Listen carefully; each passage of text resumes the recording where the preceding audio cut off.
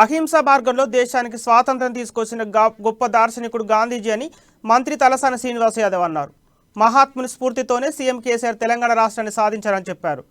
సికింద్రాబాద్ గాంధీ దవాఖానలో విగ్రహావిష్కరణ ఏర్పాట్లను మంత్రి తలసాని పరిశీలించారు. అనంతరం మాట్లాడుతూ మహాత్ముడు జయంతి రోజున బాపూజీని స్మరించుకోవడం మనదందరి బాధ్యత అని తెలిపారు.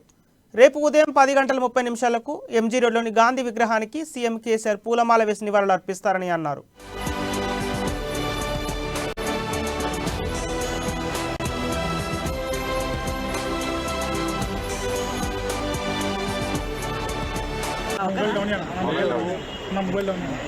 ఉదయం 10:30 గంటలకు సికింద్రాబాద్ ఎంజీ రోడ్లో ఉన్నటువంటి గాంధీ విగ్రహానికి పూలమాల సమర్పించి రేపు గాంధీ జయంతి గాంధీ గారి పుట్టినరోజు సందర్భంగా అక్కడ కార్యక్రమం చేసుకొని ఇక్కడ నుంచి రెండోది ఆ గాంధీ స్టాచ్యూ పెట్టింది మరి తాడూరి అంజయ్య గారు ఏదైతే ఎంజీ రోడ్డు వాళ్ళ ఫ్యామిలీ ఇప్పుడు మనకు ఉన్నటువంటి త్రిపుర జడ్జి గారు ఉమాస్వామి గౌడ్ గారు ఫ్యామిలీ మెంబర్స్ వాళ్ళందరూ కూడా పార్టిసిపేట్ చేస్తారు. అక్కడి నుంచి ఇక్కడికి వచ్చిన తర్వాత ఈ 16 ఫీట్ల ఎత్తైనటువంటి గాంధీ విగ్రహం జ్ఞానముద్రలో ఉన్నటువంటి గాంధీ విగ్రహాన్ని ఇక్కడ ముఖ్యమంత్రి గారు ఆవిష్కరణ చేసిన తర్వాత ఈ యొక్క ప్రాంగణానికి వచ్చి మరి ముఖ్యమంత్రి గారు అడ్రస్ చేయడం జరుగుతుంది. మీకు అందరికీ తెలుసు, మన దేశానికి స్వాతంత్రం రావడానికి మరి అహింసా మార్గంలో కృషి చేసినటువంటి గొప్ప దార్శనికుడు మహాత్మా గాంధీ గారు.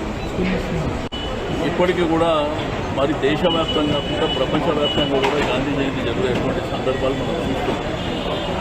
మరి గాంధీ గారి మార్గంలోనే గౌరవ ముఖ్యమంత్రి గారు తెలంగాణ ఉద్యమాన్ని నడిపించి వారు చూపించినటువంటి దారిలోనే మరి పయనించి ఈరోజు తెలంగాణ రాష్ట్రానికి కూడా స్వాతంత్రం తీసుకురావడం జరిగింది. అంటే మన రాష్ట్రం స్వయం పాలన చేసుకుంటున్నాం కాబట్టి డే 1 నుంచి గాంధీ గారిని ఈ దేశంలో ఎక్కువ ఇష్టపడేటువంటి వ్యక్తి కేసీఆర్. నేను చూసే వజ్రోత్సవ సందర్భంలో కూడా గాంధీ సినిమాని 22,50,000 మంది స్టూడెంట్స్ చూసినట్టు.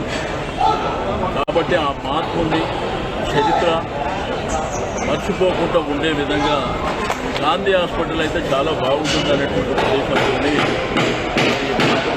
స్టాచ్యూ ఏర్పాటు చేయడం జరిగింది. దీనికి సహకరించినటువంటి